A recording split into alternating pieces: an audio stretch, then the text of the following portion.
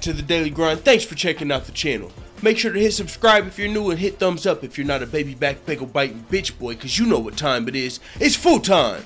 MMA. This is actually very interesting.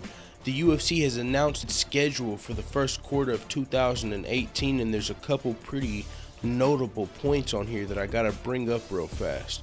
So, the first things first, there's 3 pay-per-views that were announced for this card. I'm trying to fucking pull back up, for this in this schedule. So, the 3 pay-per-views are UFC 220, 221, and 222. 220 is going to be in Boston, Massachusetts. 220 is going to be in Perth, Australia, and 222 is going to be T-Mobile Arena in Las Vegas, Nevada on March 3rd.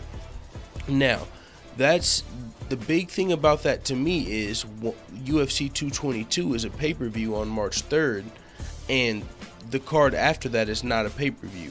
Why does that matter? Because that's March 17th. What is March 17th? St. Patrick's Day. What is St. Patrick's Day? One of the targeted dates for Conor McGregor's possible return. Some people are thinking whether it's Tony Ferguson or Nate Diaz, that would be the biggest possible date for Conor McGregor.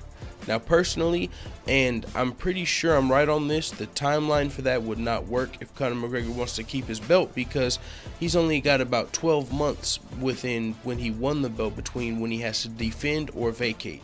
Tony Ferguson has actually been back on the hashtag #DefenderVacate spree or whatever the fuck. I checked out his Twitter while I was at work today to see if he had been talking about Defender Vacate, and he has. So the contract's probably not official. I mean, we've had hints at Tony Ferguson. It's looking like it's going to be Tony Ferguson over Nate Diaz, but according to this UFC schedule for the first quarter, March 17th is not a pay-per-view, and it's in London. It's, you know, they were talking about like maybe St. Paddy's Day in Dublin, or you know how big that would be with Conor McGregor.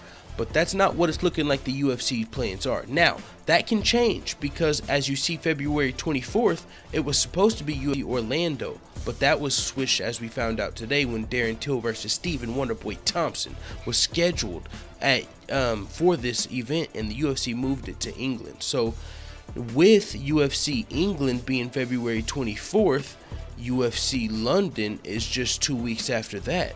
So maybe UFC London can change. You know, we just rescheduled the London event.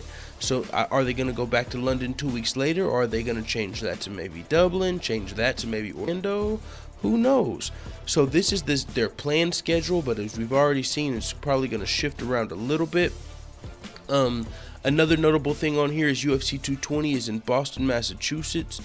A lot of people have pointed that to Conor McGregor's possible return. If Conor McGregor does not come back December 30th, it's probably about 90. I'm probably about 90% sure it's going to be UFC 220, because I think that'll still be within the 1 year range. And also, Boston, Massachusetts, you know, there's a lot of talk about the Irish fan base that would show up there big time there for Conor McGregor. But this is the schedule, man. I thought they were going to announce the Conor McGregor fight at UFC 217, but instead they announced the first quarter schedule of 2018. So now I don't know when they're going to announce it. Maybe at UFC 218. Okay, I don't know. I thought UFC 217. So with that being said, it is what it is. Let the full-time family know what the fuck you think about the UFC's first quarter schedule of 2018. I'm out.